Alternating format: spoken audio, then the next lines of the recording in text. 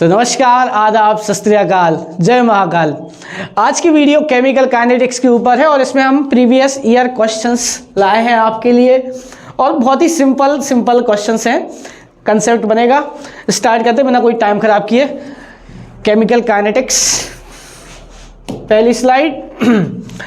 ये 2013 का क्वेश्चन है और क्या दिया है देखते हैं। Express the rate of the following reaction in terms of formation of ammonia.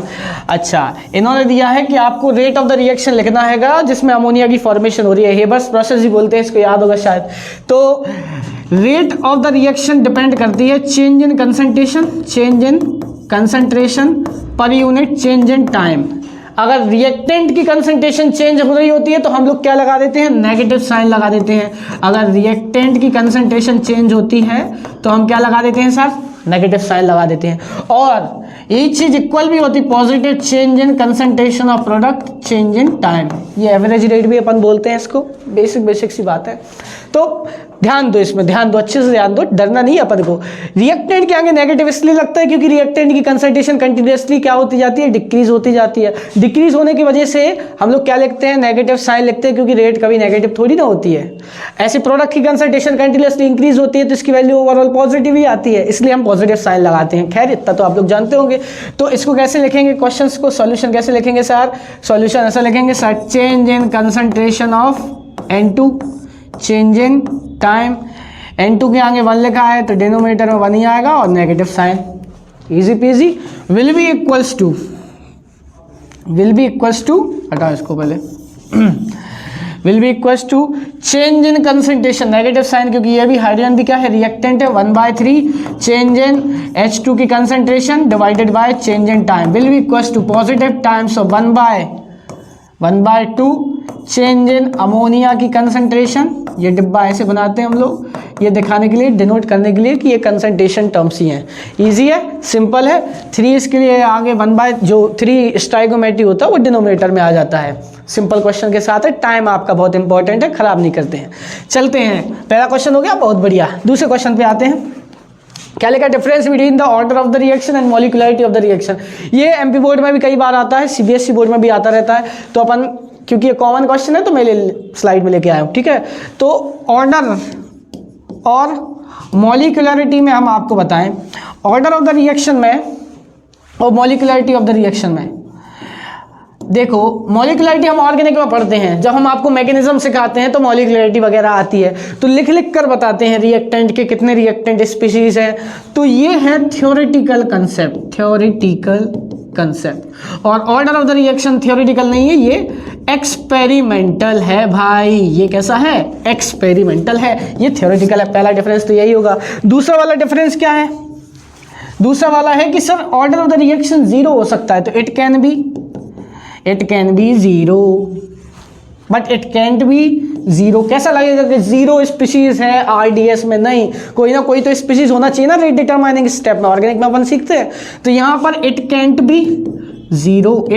B 0। बहुत इजी और सिंपल बातें हैं।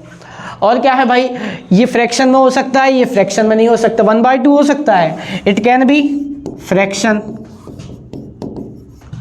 तीसरा पॉइंट, फ्रैक्शन में नहीं होगा, इंटीजर में होगा, इंटीजर्स एक्सप्रेस होगा, है ना। ध्यान से, सिंपल अपन को समझना ज़्यादा जल्दी है, जल्दी समझना है, जल्दी याद करते जाने। और क्या है, it determine the numbers of molecule present in the RDS step. और ऐसा कुछ ये नहीं बताता ऑर्डर ऑफ द रिएक्शन, ये एक्सपेरिमेंटली, पूरा का पूरा एक्सपेरिमेंटली है, ठीक है। खैर, सिंपल सी बातें लिख के भी आए हैं, आप लोग चाहो तो इसमें से कॉपी कर लेना। इजी पीजी वाली बातें हैं। चले नेक्स्ट क्वेश्चन पे आते हैं। पेपर आता जा रहा है। ये क्वेश्चन बहुत ही ज़्यादा खास है, इसको आप बिल्कुल भी नेग्लेक्ट ना करें। पिंकी पोंकी, रेट कांस्टेंट की यूनिट क्या है? चलो, रेट कांस्टेंट, कंसंट्रेशन पता है क्या होता है? कंसंट्रेशन यहाँ पे लिया जाता है मोल पर लीटर, और जो हमारे रेट कांस्टेंट के की यूनिट होती है वो होती है कंसंट्रेशन की पावर 1 - n अपॉन टाइम, ठीक है। ये होती है किसकी यूनिट? रेट की यूनिट होती है, जहां पर n होता है order of the reaction. Concentration की power 1 minus n upon time. Time की यूनिट क्या होती है सर? सेकेंड होती है। बहुत बढ़िया। कंसंट्रेशन की यूनिट क्या होती है? मोल, लीटर इनवर्स, और इसकी पावर क्या लिखी है? 1 माइनस n। कौन से ऑर्डर के लिए निकालना? जीरो ऑर्डर के लिए। ये तो बहुत बेसिक सा क्वेश्चन हो गया। अगर तुम ये नहीं कर पाओ तो क्या ही पढ़ा फिर तुमने चैप्टर। n की वैल्यू क्या है भाई? n की वैल्यू अगर जीरो रख दो, n की वैल्यू जीरो रख दो, इसमें जीरो रख दो, तो क्या आ जाएगा? मोल लीटर इनवर्स की power 1 minus zero. 1 minus zero मतलब कि 1 ही होगा, डिवाइडेड बाय सेकेंड। तो हमारे पास क्या आ गई यूनिट? मोल लीटर इनवर्स सेकेंड इनवर्स। ठीक है, अब चल ही रहे लगे हाथ, तो एक और हम आपको सारा ही चीज बता देते हैं सिंपल भाषा में। क्या है? थीम करते हैं इसका ब्लैक और देखते हैं क्या है कि कंसंट्रेशन की power 1 minus n upon time. अगर n की वैल्यू जीरो रखते हैं तो कंसंट्रेशन की power 1 minus zero upon time. तो कंसंट्रेशन क्या होता है? मोल लीटर इनवर्स और सेकेंड होती है, तो इसको एक साथ कैसे लिखेंगे? मोल लीटर इनवर्स और सेकेंड इनवर्स। बहुत बढ़िया, इजी है। n की वैल्यू 1 रखते हैं तो क्या आ जाएगा? कंसंट्रेशन की पावर 1 माइनस 1 अपॉन टाइम। 1 में से 1 गया जीरो, एनीथिंग की power zero will be equal to 1 upon time, इसलिए ये क्या होगा सर? सेकेंड इनवर्स ये अकेला। और वैसे तो बनता होगा n की वैल्यू 2 और कर लेते हैं लगे हाथ। कंसंट्रेशन की power 1 minus 2 divided by time, तो वो क्या आ जाएगा? 1 अपॉन 1 में से 2 गया -1, कंसंट्रेशन की पावर -1, 1 अपॉन कंसंट्रेशन। नीचे आ गया कंसंट्रेशन, टाइम तो नीचे ही रहेगा, उसमें कोई पावर थी भी नहीं। तो कंसंट्रेशन की यूनिट क्या होती है सर? मोल अपॉन लीटर, तो लीटर को ऊपर लिख दो और इनटू सेकेंड। एक साथ लिखेंगे तो कैसे लिखेंगे सर? कैसे लिखेंगे sir? Mole inverse mole inverse litre की पावर +1 एंड सेकेंड की पावर -1। ये सिंपल है, तीनों चीज़ें बता दी भाई। लाइक कर देना वीडियो। नेक्स्ट वाले पे चलते हैं जो कि क्या है? ये भी बहुत सिंपल सा क्वेश्चन है। How long will it take for the 50% of the sample H2O to decompose. Question में क्या है? H2O2 परऑक्साइड डिकम्पोज हो रहा है पानी में और ऑक्सीजन में। हमें क्या करना है उससे? कौन से ऑर्डर की रिएक्शन है सर? ये फर्स्ट ऑर्डर की रिएक्शन है। कौन से ऑर्डर की? First order reaction. चलो क्वेश्चन करने से पहले हम आपको एक कंसेप्ट समझाते हैं। रेट लॉ एक्सप्रेशन में क्या होता है कि जो रेट होती है वो डायरेक्टली प्रोपोर्शनल होती है। किसके?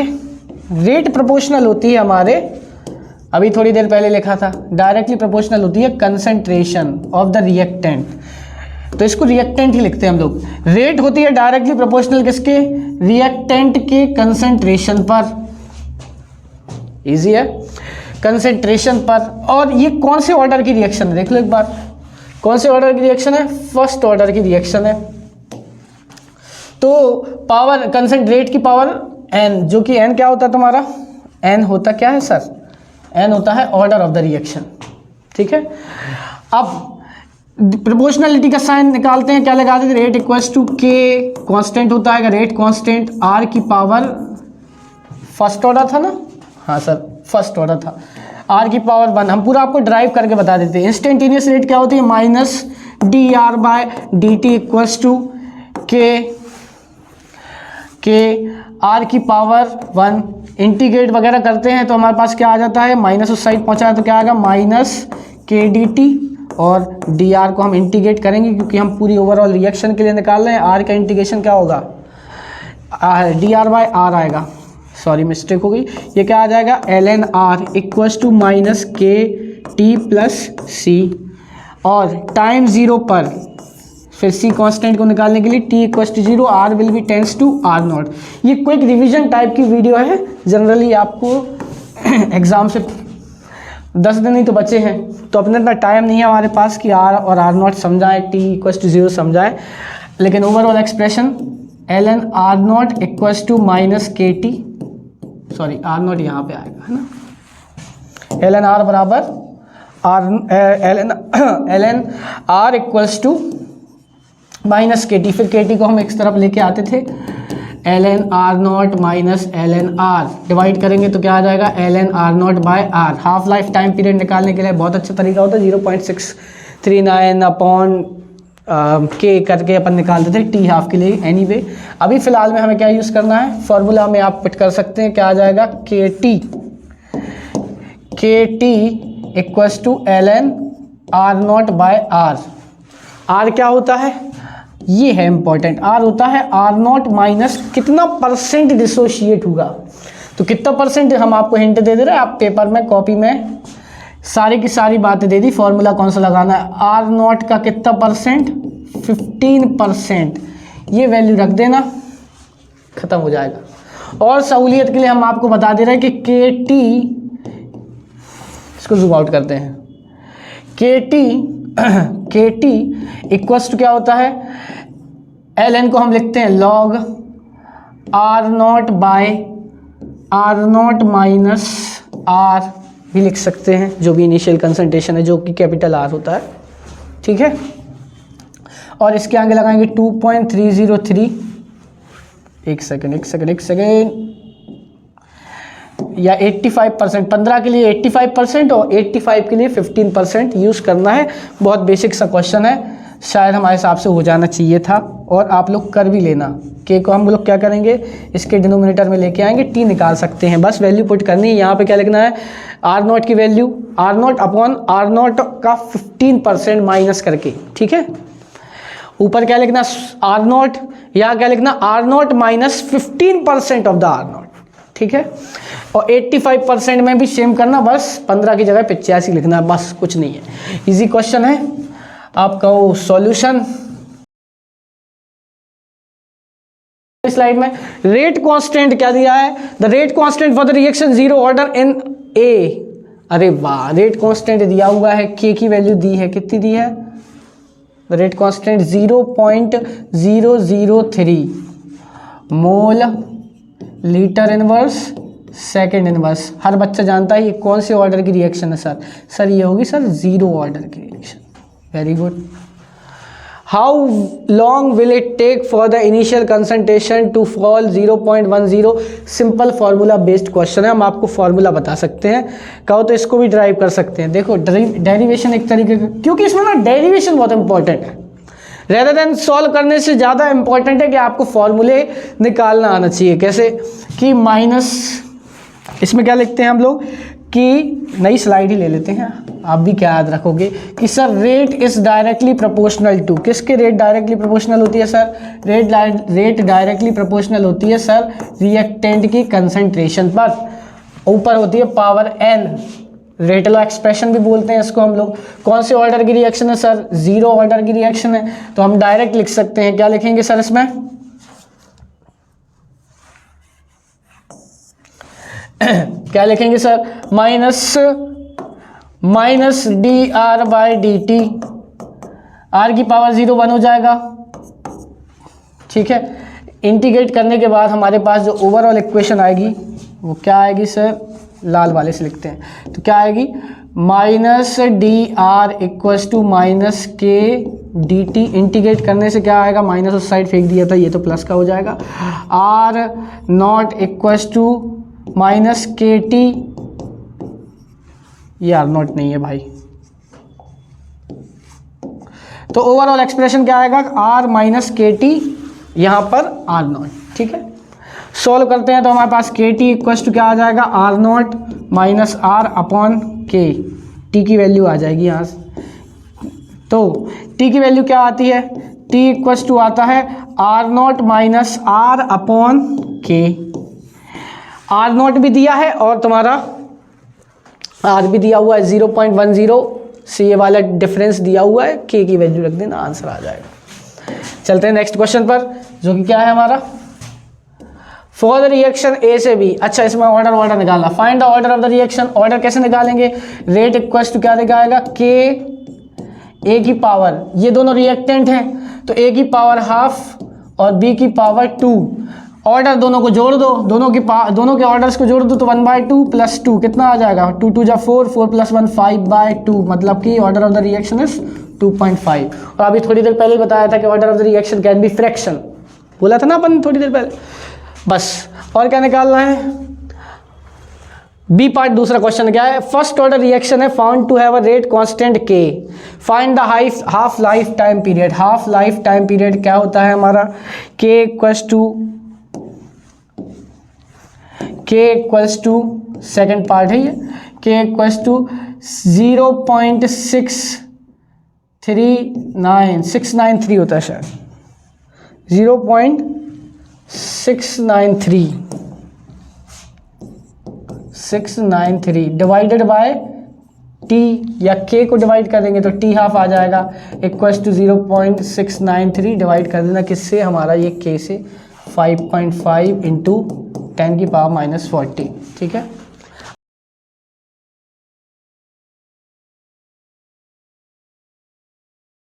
लास्ट क्वेश्चन क्या है सर? लास्ट क्वेश्चन है distinguish between rate expression and rate constant of a reaction. Rate constant और रेट एक्सप्रेशन के बारे में बताना है। रेट एक्सप्रेशन क्या होता है? देखो, expression which expresses the rate of the reaction terms of molar concentration of the reactant with each term raised to their power which may or may not be same as the stoichiometric coefficient of that reactant in the balanced chemical equation। Rate expression क्या होता है? Rate expression जो होता है वो होता है कि अभी हम लोग थोड़ी देर पहले देखे थे कि rate is directly proportional to the concentration की पावर, और जो भी होती है वो क्या होते हैं? ऑर्डर होता है।